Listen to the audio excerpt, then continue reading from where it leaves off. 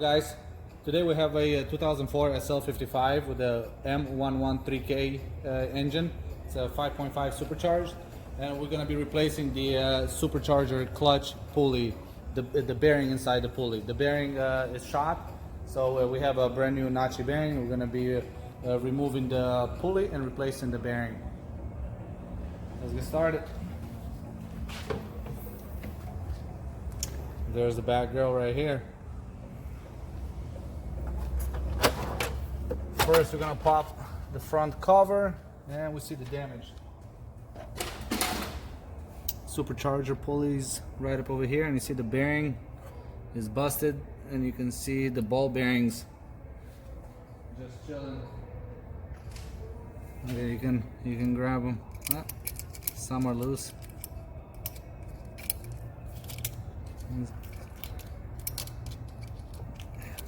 All right. So we're gonna go ahead and remove the supercharger belt. The pulley is right here. It's a size 17. Pretty simple, very accessible. We go whop, and we get the supercharger belt off. Very simple. Takes a second. So you can hear the noise right here. Okay, so the supercharger pulley, it's magnetic and it engages onto the supercharger. So right now it's disengaged, but in order to take this bolt here, we have to hold the supercharger itself removing. So a quick trick is to use some big clamps, 2 of them, and tighten them up onto the pulley, onto the supercharger. And this will keep the supercharger from spinning, so we can remove this bolt. So I'm gonna put them on and tighten them up like this. We're gonna tighten them and let them stop into this right here. All right, so we got the clamps on, and you want to tighten them to where one touches this part and the other one touches just a tad bit lower, so they're a little offset. So that's how they look right over here. So they stop into this piece here. Tighten them, but not extremely tight, because you're gonna strip these little threads.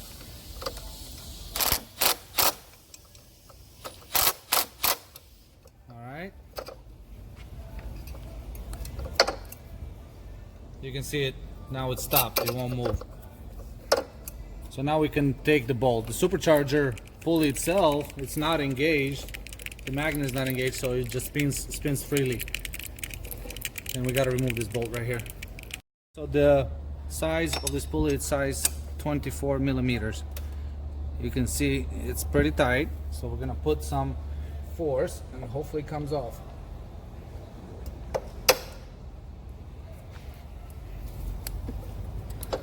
It held. There it goes.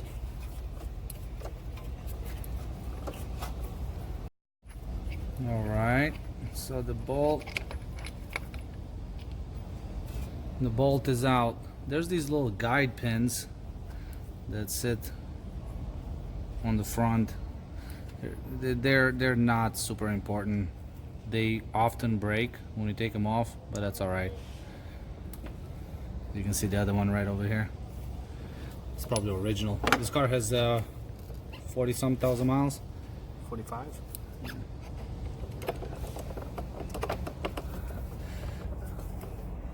Behind the clutch, there's some shims. On this side.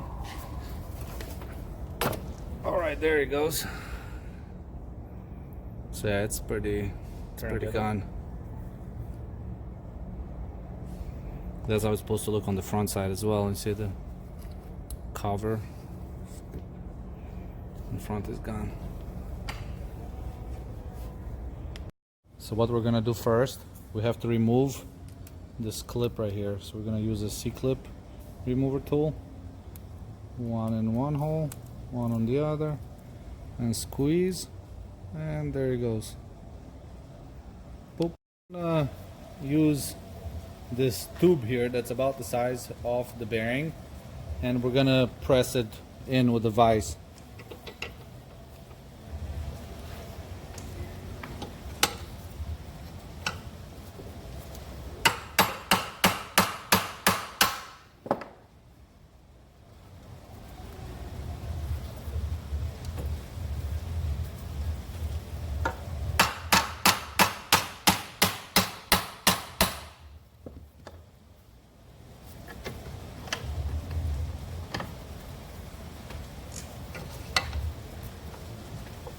Yeah, you can see it's starting to push out.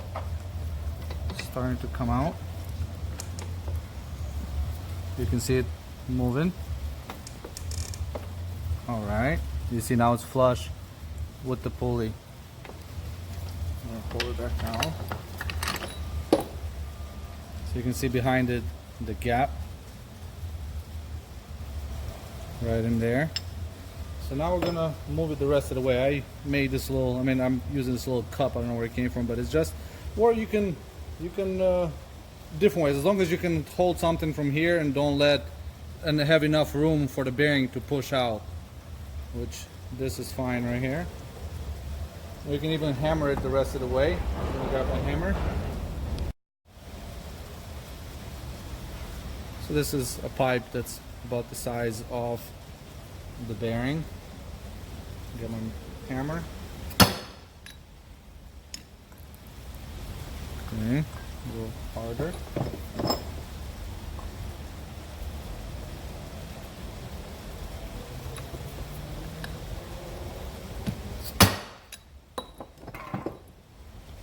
Came out some more. I like to look after every blow just to see if we're making progress.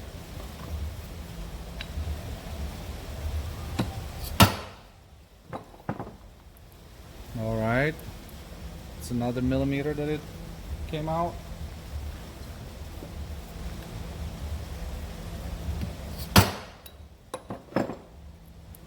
All right.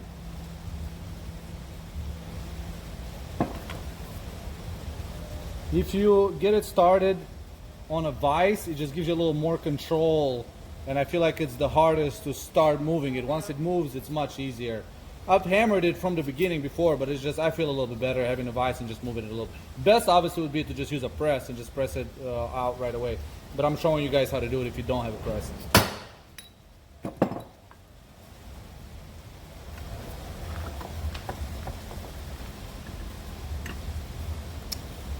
It's almost out.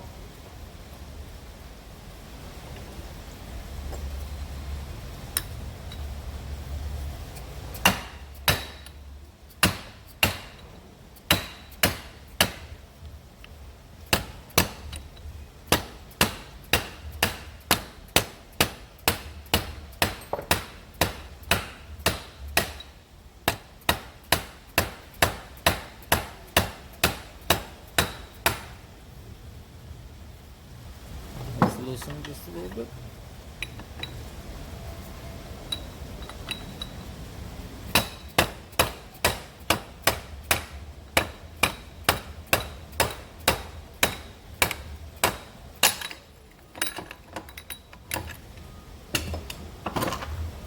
There it goes.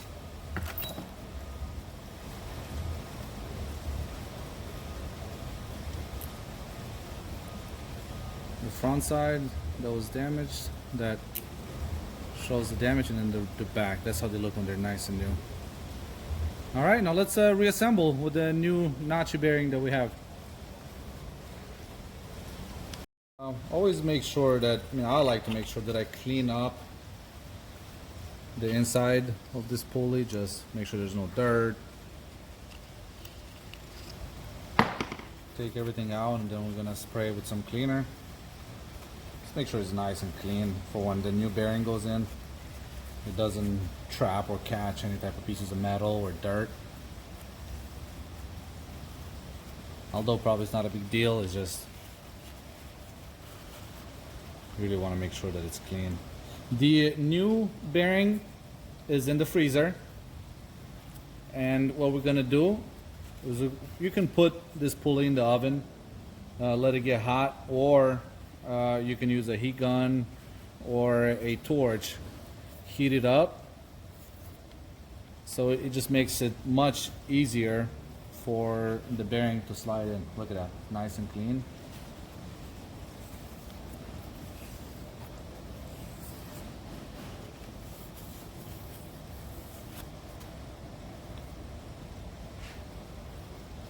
Perfect. All right, let's go get set up. Let's warm this pulley up and then throw that bearing in there. What I'm gonna do is I'm gonna use a heat gun just to kind of heat it up all around, and then I might go with the torch for a little bit. I don't want to heat the flame, hold the flame on it for too long, so I'm just gonna use a heat gun, heat it up, and then maybe use the torch a bit to get it up to temperature. Right now, 77, 76 degrees, so we'll see how hot we're gonna get it.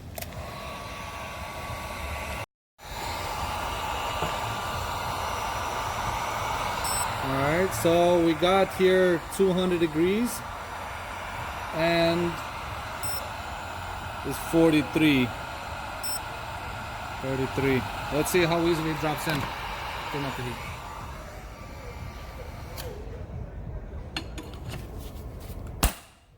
Dang, look how easy it went in. It is perfectly in.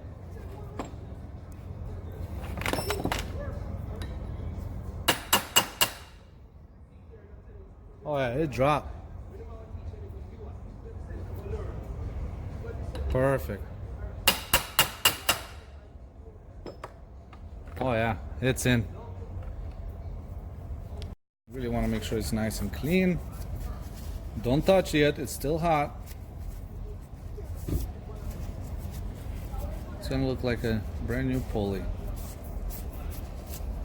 All right.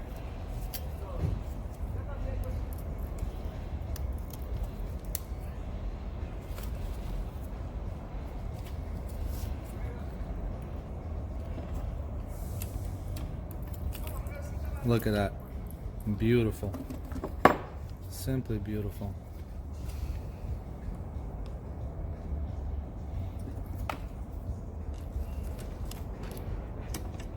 Let's check the temperature. Oh, that bearing heated up quick. From 40 degrees to 108. And the pulley still 150. Wow, the inside, look, the inside is 100 degrees. Heated up quickly. Yeah, it's warm to the touch. Alright, you let it cool off. It's ready to go in. Make sure you wipe this really clean, because the clearances are so tight it's a bit difficult for it to slide in.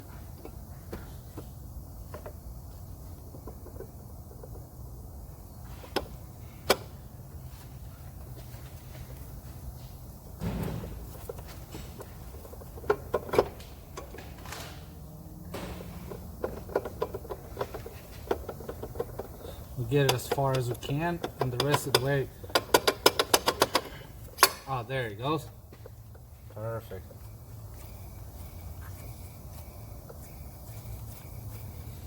So now in order to tighten the main bolt here, we have to put the clamps so they hit from the bottom and tighten up. So next step is going to be to usually from factory it looks like they have some Teflon tape on the threads of the bolt, but what I like to do is put just a dab of Loctite on there, just to make sure that it doesn't run itself out. I've had good luck with removing them. Just don't fill up the threads with the Loctite, just add a couple of dabs. So that's what we're gonna do, and then we're gonna have to tighten it to the book asks for about 40 foot-pounds of torque.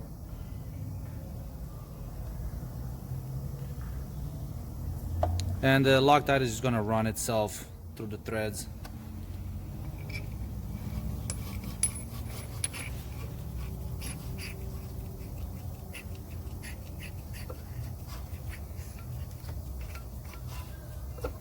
All right. So we swapped the clamps around. So now you can see they rest against this rod here in the tightening position. We set our torque wrench. It's a size 24. we set our torque range to about 43, 44, 45 foot-pounds of torque. And let's go ahead and tighten it up. There it goes. And this is at, we can go just a little bit more.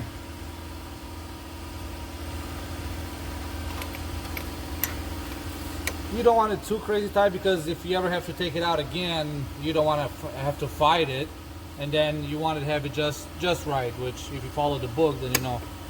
Yeah. About 45 foot-pounds of torque. The book asks for 40, I go 45. And now we're going to remove everything, throw the belt back on, and we're ready to drive. Alright, so we got the belt. We're going to run the belt on the harmonic balancer first. Run it on the pulley, on the double idler pulley, like so. Put a little bit of tension on it, double check, make sure that it's sitting on the bottom. So everywhere, I put this 17.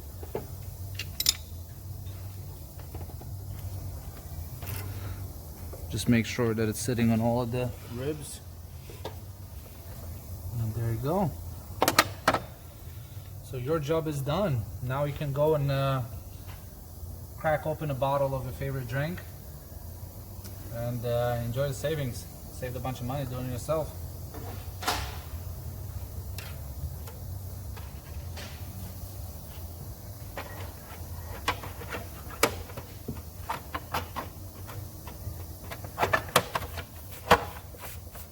Let's get it started.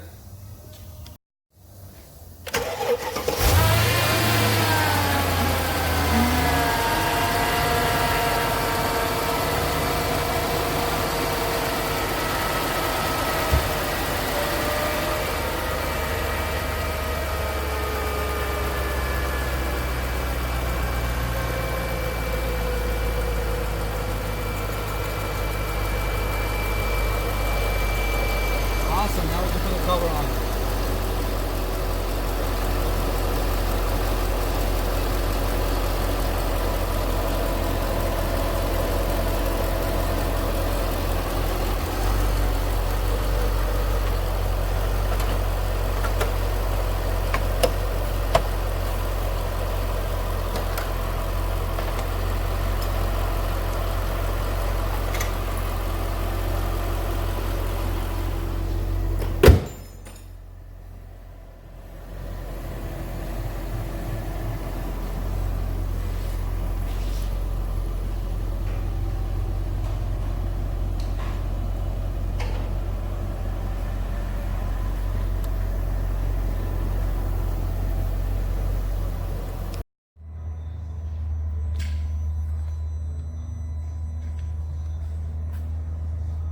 So we figured since we have the car in the workshop, we can go ahead and remove the speed limit, the governor.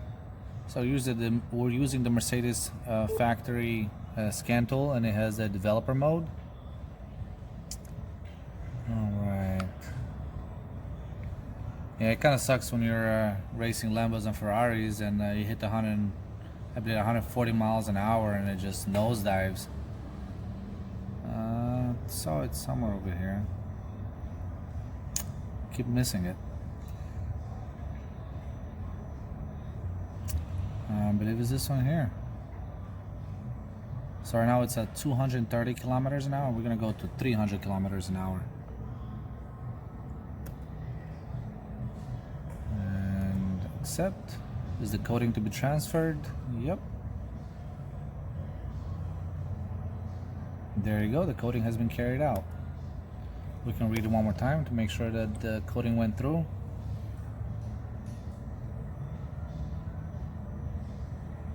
There it goes. 300 kilometers an hour, which that is right at what? 182. 182 miles an hour. Roughly around that, yeah.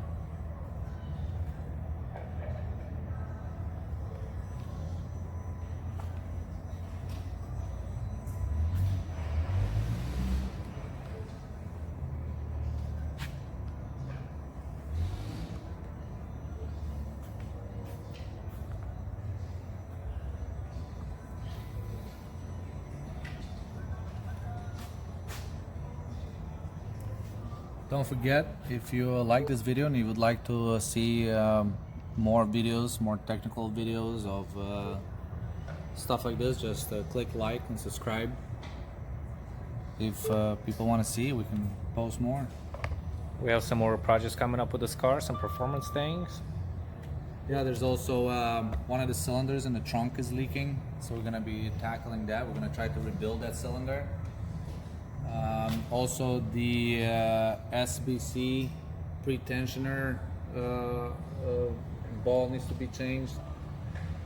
A couple other small things, but And exhaust is coming up soon. oh yeah, we want to make it sound exotic. All right. See you guys later.